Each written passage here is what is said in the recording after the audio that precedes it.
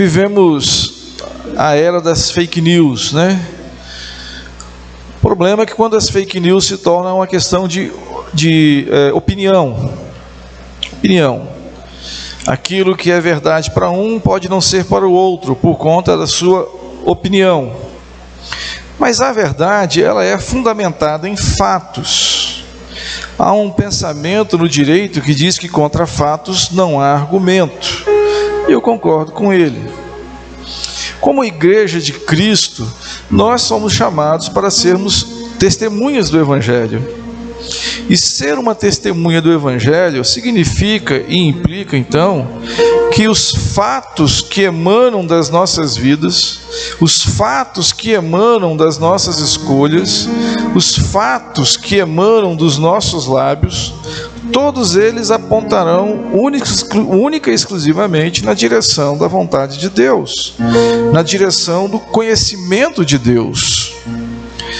Um dia, né, todos nós seremos chamados à presença de Deus. E quando Deus olha para o seu povo, Ele vê em nós a imagem de seu Filho.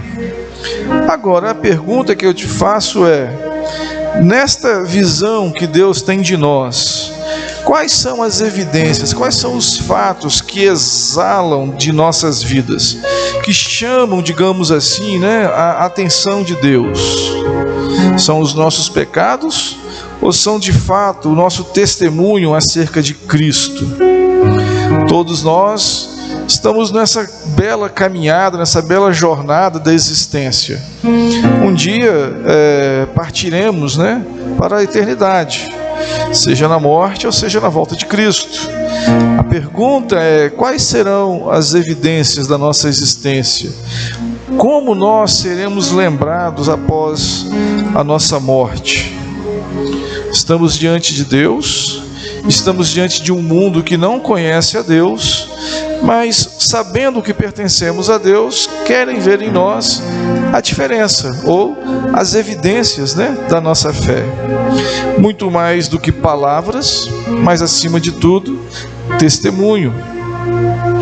Diante disso, né, nós somos levados então a fazer uma avaliação da nossa vida, de como nós somos conhecidos, em que nós cremos, né? Nós cantamos aqui hoje que só pomos, né, e confiamos a nossa fé na graça excelsa de Jesus.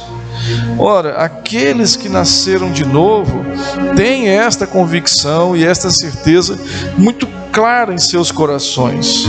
É aquilo que nós chamamos de a certeza da salvação. Esta certeza não pode ser roubada de nós, não pode ser confundida, ela não pode ser ludibriada, porque aqueles que estão no Senhor, eles sabem em quem têm crido, e eles têm aquela paz que excede todo entendimento. Aquele que foi salvo, então, ele entende quem é Cristo, o que Cristo fez e o que Cristo fez por mim. Ele nos deu a salvação, versículos de 1 a 5. E agora eu convido toda a igreja a lermos a uma só voz. 1 João, capítulo 5, versículos de 1 a 5. Vamos ler? Todo aquele que crê em Jesus é o Cristo, é nascido de Deus, e todo aquele que ama o que o gerou, também ama ao que dele é nascido. Nisto conhecemos que amamos os filhos de Deus, quando amamos a Deus e praticamos os seus mandamentos. Porque este é o amor de Deus, que guardemos os seus mandamentos. Ora, os seus mandamentos não são penosos, porque todo que é nascido de Deus vence o mundo. E esta é a vitória que vence o mundo, a nossa fé. Quem é que vence o mundo, senão aquele que crer ser Jesus, o Filho de Deus? Muitos creem no Jesus histórico, e a este Jesus dão a ele muitos títulos. Mas somente pela fé nós cremos que Jesus é quem Ele realmente é. Muito mais do que um personagem da história, muito mais do que um pensador, um líder, filósofo, sei lá o que, mas sabemos que Ele é Cristo, o ungido, ou o Messias, ou o próprio Filho de Deus, ou o próprio Verbo encarnado. Somente aqueles que foram alcançados pela graça e pelo Espírito podem afirmar quem Jesus é de fato. Muito mais do que um grande mestre ou um ser iluminado, muito mais do que uma pessoa religiosa ou alguém que criou uma nova religião. Ele é Deus, que desceu dos céus para habitar entre criaturas imperfeitas, como manifestação do seu grande amor para conosco e, mais uma vez, testemunho de que nele, em Cristo, nós podemos alcançar a paz com Deus. Paz essa que foi rompida, lá no Éden com o pecado de Adão e Eva. Crer que Jesus é o Filho de Deus é algo sobrenatural. Só podem crer aqueles que realmente entenderam a simplicidade e a pureza do Evangelho. E não há como crer sem o amar. São duas coisas impossíveis de caminharem distantes. Elas andam juntas. Se eu creio, eu amo. Se eu amo, eu creio. Se eu creio, mas não o amo, a verdade não está em mim. Se eu amo, mas não creio e não obedeço, a verdade também não está em mim. A religião que nega a verdade, que nega que Cristo é o Messias e que nega aquilo que Cristo espera de nós, ela, se não entender isso, ela é mentirosa. Pode ser uma religião, pode ter um líder, pode ser quem for, mas somente pela fé, somente pela iluminação do Espírito Santo é que o homem crê. E aquele que crê não nega estas coisas. João chama de anátema, aqueles que negam que Cristo ressuscitou na carne. E assim hoje nós temos que entender que não apenas o fato de Cristo ter ressuscitado, mas de tudo aquilo que Ele fez, tudo aquilo que Ele ensinou, tudo isso aponta para o fato de que Ele é o Messias de fato, ou como a Bíblia diz, como Ele mesmo diz, que Ele é o caminho, a verdade e a vida. E é muito melhor ser amigo da verdade que amante da mentira. Vivemos num mundo de muitas vozes, de muitos caminhos, mas só há um caminho que pode levar o homem em segurança à presença de Deus, que é o caminho proposto por Cristo. Você crê? Então a sua vida precisa deixar marcas e evidências desta fé, porque afinal de contas, aquele que abraçou a fé, aquele que foi alcançado por ela, ele obedece a Deus. Lembre-se, nós não vivemos apenas uma religiosidade, nós não vivemos apenas um momento de religião, um momento de culto. A nossa vida é um culto a Deus, mas ele precisa ser coerente. E a coerência se dá pelo amor que temos para com Deus e uns para com os outros. Eu não posso evidenciar este amor se eu digo que amo a Deus, mas não amo meu irmão. E a mesma coisa vale se eu digo que eu amo meu irmão, mas eu não amo a Deus. Muitas religiões positivistas, elas pregam amor entre os homens, a fraternidade, a comunhão, e tudo isso são valores nobres. Mas se acima disso, se a motivação maior não for o amor a Deus, tudo isso passará e as suas marcas não ficarão para a eternidade. Amar significa se envolver. Amar significa participar da alegria e dos sofrimentos em Cristo e com os irmãos. É criar oportunidades para estar juntos, é valorizar momentos de estar juntos, não apenas dominicalmente, mas também semanalmente. Tudo bem, eu entendo que alguns irmãos trabalham por escala e não podem vir, mas aqueles que podem devem priorizar, devem valorizar este momento. Nosso relacionamento com Deus exige de nós sacrifícios, exige de nós negação. Jesus disse que aquele que quer vir após mim, a si mesmo se negue, tome a sua cruz e siga-me, siga-o, né? Isso vale para o meu relacionamento com Deus e para com o próximo. Não é algo distante, mas é algo íntimo e pessoal. Precisamos entender que o nosso relacionamento com Cristo, né, com Deus, significa que eu vou amar tanto a Deus, que eu terei condições de amar ao meu próximo, de ser um melhor marido, uma melhor esposa, um melhor pai, um melhor filho, de ser um melhor servo. Lembre-se, este chamado ao serviço, né, é um chamado para os servos. O orgulhoso, ele quer ser servido e não servir. Cristo, ele nos dá o exemplo do serviço, quando ele abandona toda a sua glória, majestade, e vem andar com seres imperfeitos e pecadores. Quando ele vem mostrar para mim e para você que é possível sim passar pela vida, passar pela existência e ser transformado, e ser sal, e ser luz, e ser uma bênção na vida do outro. Para isso ele nos deixa a sua palavra, os seus mandamentos, para nos nortear. Algumas pessoas têm dito por aí que o Evangelho é para nos podar, para nos castrar. Eu não enxergo assim. O Evangelho é para nos libertar e para nos ensinar. Ensinar o quanto nós precisamos de Deus e o quanto nós podemos fazer mais pelo próximo, para experimentarmos a plenitude da alegria e do conhecimento de Deus, para experimentarmos, ainda que de forma pequena, imperfeita, porque somos falhos, né, a sensação e o prazer que é viver na presença de Deus. Tudo isso que nós estamos vivendo hoje é apenas uma amostra da eternidade. Para muitos o céu já começou, e para muitos o inferno também, porque passam pela existência numa vida totalmente tribulada, tumultuada, porque ignoram a palavra de Deus e a vontade de Deus para suas vidas. Nós buscamos conhecer a vontade de Deus, não para sermos melhores do que ninguém, mas para experimentarmos a graça, a alegria e a paz que é viver nesta presença santa, que é saber que Deus cuida de nós, e tal qual o Pai ensina aos seus filhos, assim Deus ensina a cada um de nós através da sua palavra. Se nós somos o povo de Deus, se nós conhecemos a sua palavra, tratamos de obedecê-la.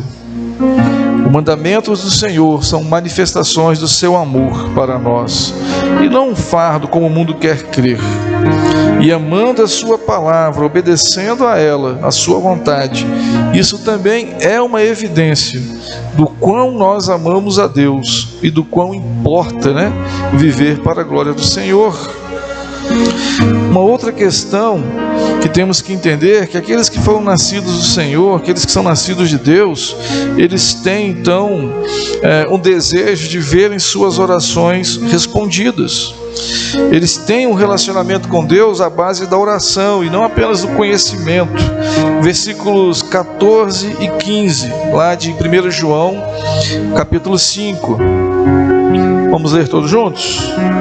1 João 5, versículos 14 e 15. E esta é a confiança que temos para com Ele, que se pedirmos alguma coisa, segundo a sua vontade, Ele nos ouve. E se sabemos que Ele nos ouve, quanto ao que lhe pedimos, estamos certos de que obtermos os pedidos que lhe temos feito. Lembre-se, Deus não é o Papai Noel. Ele não nos presenteia com aquilo que nós queremos, mas com aquilo que nós realmente precisamos, com aquilo que realmente Ele sabe que vai nos fazer bem. A fé e a certeza de que Deus cuida de nós é a mola mestra das nossas orações. Na oração do Pai Nosso, nós colocamos diante de Deus para que se cumpra a vontade dEle, assim na terra como nos céus. Ou seja, para que se cumpra a vontade dele, tanto na minha vida, aqui e agora, quanto na eternidade, dentro dos seus desígnios, dentro dos seus planos.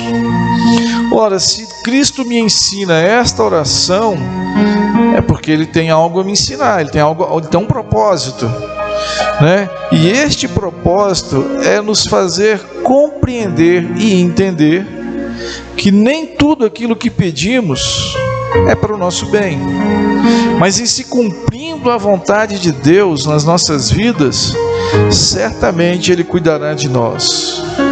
O problema é que muitas vezes somos egoístas, né? E fazemos orações como crianças, né? Que querem ganhar, sei lá, uma nave espacial, um disco voador, mas não sabe que isso não existe. Ou que pedimos coisas as quais não farão bem para as nossas vidas, as quais não farão bem para a nossa alma, para o nosso futuro, para a nossa própria fé. Conheceu gente que orou tanto pedindo a Deus um emprego e quando conseguiu se desviou? Eu já pude conversar com pessoas assim. Não, eu preciso de um emprego para trabalhar. Que bom, vamos orar. Aí o emprego vem, aí usa o emprego como desculpa para não mais ir na igreja. Pessoas que pedem a Deus um filho, é bênção, né? Um emprego é bênção, um filho é bênção, e depois usam a desculpa do filho para não mais ir à igreja. São dois exemplos banais, né? Todos nós aqui, grande maioria aqui tem trabalho e tem filhos, né? Que são bênçãos na nossa vida. Mas nós não podemos pedir nada na nossa oração imaginando que aquilo de alguma forma vai nos atrapalhar na fé.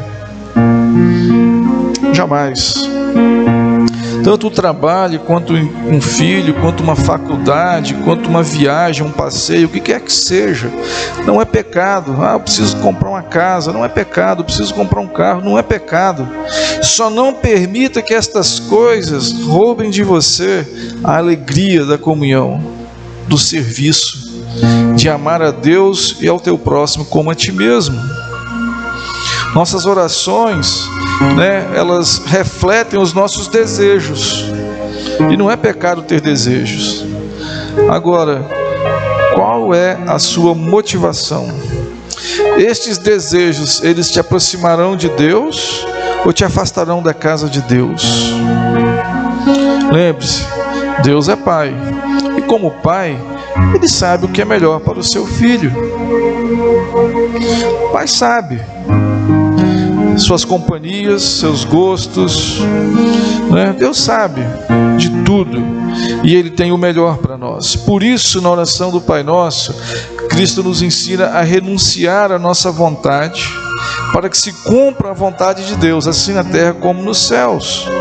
E assim a nossa oração, ela é amadurecida, porque nós deixamos de fazer orações egoístas, egocêntricas, e faremos orações segundo a vontade de Deus, segundo o querer de Deus, e certamente veremos Deus transformando a nossa história, transformando a nossa realidade, transformando até mesmo a sociedade à nossa volta.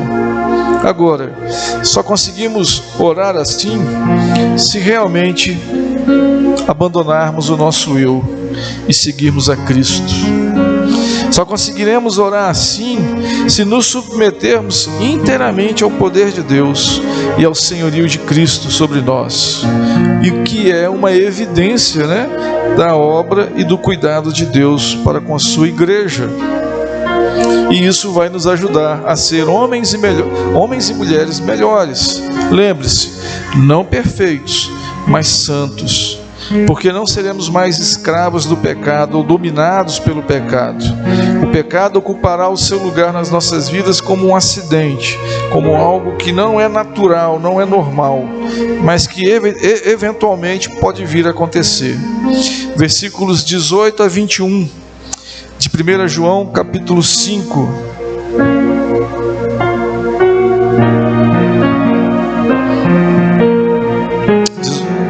Perdão, o que eu anotei aqui? 18 a 20. Perdão, 18 e 19, anotei errado aqui. João 5, 18 e 19. Vamos ler? Sabemos que todo aquele que é nascido de Deus não vive em pecado. Antes, aquele que nasceu de Deus o guarda e o maligno não lhe toca. Sabemos que somos de Deus e que o mundo inteiro jaz no maligno. Não sou eu que estou dizendo, é a palavra. O pecado ele é um acidente na vida do cristão. Não é algo premeditado, não é algo corriqueiro, não é algo da nossa rotina. Ninguém sai de casa pensando em ser atropelado. Não, vou sair de casa hoje e vou ser atropelado ali. Não. Normalmente não pensamos essas coisas. Assim é o pecado nas nossas vidas. Procuramos uma vida de santidade, conforme a palavra de Deus, não uma vida de perfeição, porque isso é impossível. Mas uma vida de santidade é possível sim, em Cristo, que foi perfeito. Ele é o modelo supremo, Ele é o alvo a ser seguido por cada um de nós. Mas a Bíblia nos fala que mesmo sendo lavados no sangue do Cordeiro, nós ainda não estamos imunes aos pecados, porque temos desejos, e alguns pecaminosos. Agora a Bíblia nos fala que nós não viveríamos mais em pecado. Qual que é a ideia ali? A ideia daquele que anda por uma estrada, mas ele não tem como deixar de sujar os pés, mas a sua roupa continua limpa. A ideia da santidade é sujarmos o mínimo possível. A ideia do pecado é a ideia daquele que está afundado. Viver na prática do pecado é viver afundado no pecado. É aquele que está se afogando, não dá pé. O pecado vai tragá-lo para as profundezas. Mas o cristão, ele vai caminhar sobre isto. E vai mal sujar os pés. Queira Deus que nem os pés. Às vezes acontece sujar o pé, mas jamais de nos afogarmos. Porque pela vontade de Deus é que nem o pé nós sujemos, mas que tenhamos o entendimento, tenhamos aí condições, maturidade, de discernirmos o certo do errado, e assim dentro das nossas decisões, dentro das nossas escolhas, dentro da forma como nós tratamos o mundo à nossa volta, as pessoas ao nosso redor, que nós tenhamos sabedoria para sermos testemunhas de Cristo, para deixarmos no mundo as marcas do Evangelho, as evidências da salvação e da existência de um Deus poderoso que cuida dos seus. Em tempos de Covid, muita gente ficou desesperada por não saber o que o futuro lhes aguarda. Olha, estávamos todos no mesmo barco, mas uma coisa nos traz a paz: a certeza de que para o cristão nem a morte pode nos separar do amor de Deus. Esta fé, este pensamento é ir na contramão do mundo, porque afinal de contas o mundo jaz no maligno, como diz o próprio texto. A humanidade está dividida, segundo o texto, em dois grupos: aqueles que creem e aqueles que o ignoram, aqueles que são de Deus e aqueles que jaz no maligno. Uma grande marca que podemos deixar na nossa vida, na vida daqueles que estão ao nosso redor, é a santificação, porque sem ela ninguém verá o Senhor. Gostaria de concluir perguntando a você, e você não precisa responder para mim, responde para a sua consciência, Quais são as evidências da sua vida? Elas te absolvem diante do juiz ou elas te condenariam diante de Cristo? Lembre-se, o objetivo de João aqui é falar sobre fé e obediência, que é uma das marcas, um dos atributos o qual Deus confiou à sua igreja. E isto é uma grande responsabilidade e que Deus confia a nós. Que tenhamos aí sabedoria, discernimento, maturidade, que tenhamos aí compromisso, de sermos prudentes e, acima de tudo, testemunhas fiéis da obra que Cristo realizou por nós. Obra essa tão valiosa, tão preciosa, que Ele não poupou nem o seu próprio Filho. Sabemos que Ele veio, há 2 meses celebramos o seu nascimento, e daqui a alguns meses celebraremos também aí a sua morte e ressurreição.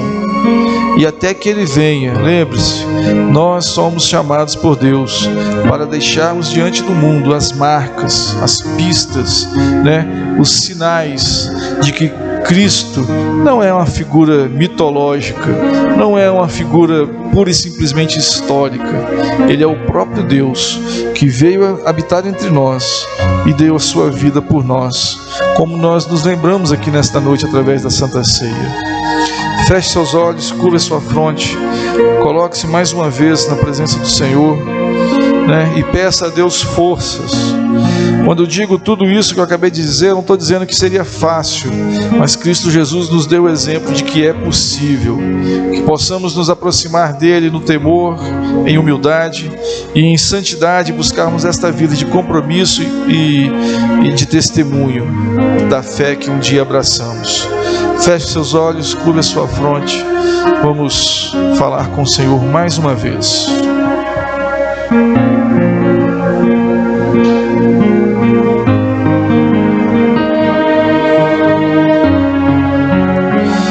Senhor Deus e Pai, nós te damos graças, Senhor, nesta noite, pela oportunidade de estarmos na Tua casa, pela oportunidade de revermos nossos irmãos, pela oportunidade, ó Pai, de participarmos desta ceia, pela oportunidade de render a Ti louvor, honras que lhes são devidas.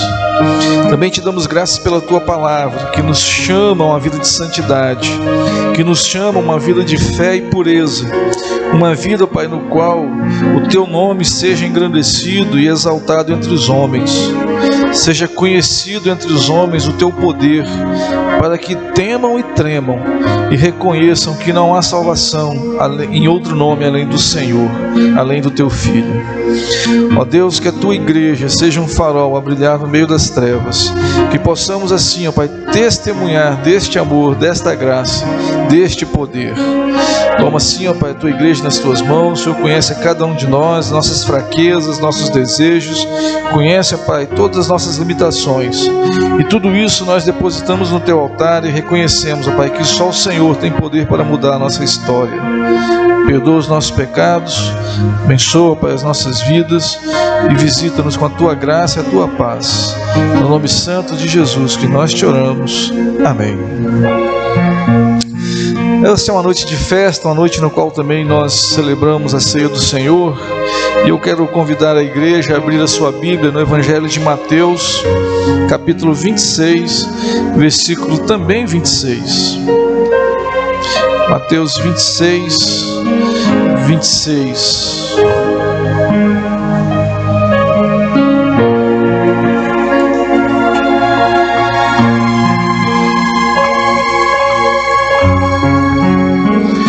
Fala sobre a ceia do Senhor.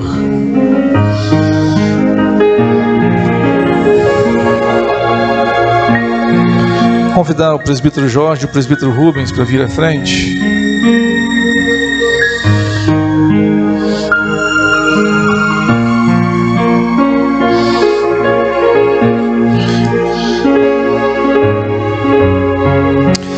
Diz assim a palavra do nosso Deus: enquanto comiam, tomou Jesus o pão e, abençoando-o, partiu e deu aos discípulos, dizendo: tomai, comei, isto é o meu corpo. A seguir tomou um cálice, tendo dado graças, o deu aos discípulos, dizendo: bebei dele todos, porque isto é o meu sangue, o sangue da nova aliança, derramado em favor de muitos, para a remissão de pecados. E digo-vos que desta hora em diante não beberei deste fruto da videira, até aquele dia em que o hei de beber novo convosco no reino de meu Pai. A Santa Ceia, irmãos, é um momento singular. É um momento no qual nós trazemos à memória o sacrifício de Cristo. Nós mantemos, a nossa lembrança, mantemos o conhecimento perante o mundo de que cremos que Cristo não foi apenas uma figura histórica, mas foi o Cordeiro de Deus que tira o pecado do mundo. E isso é evidenciado, pelas suas palavras, quando Ele nos lembra, de que estava próxima a sua hora, o seu sacrifício, no qual Ele daria o seu corpo e o seu sangue, o pão e o o vinho para a remissão dos nossos pecados. Ele usa, esses elementos simples, que era algo que qualquer pessoa poderia ter em sua casa, para nos trazer à memória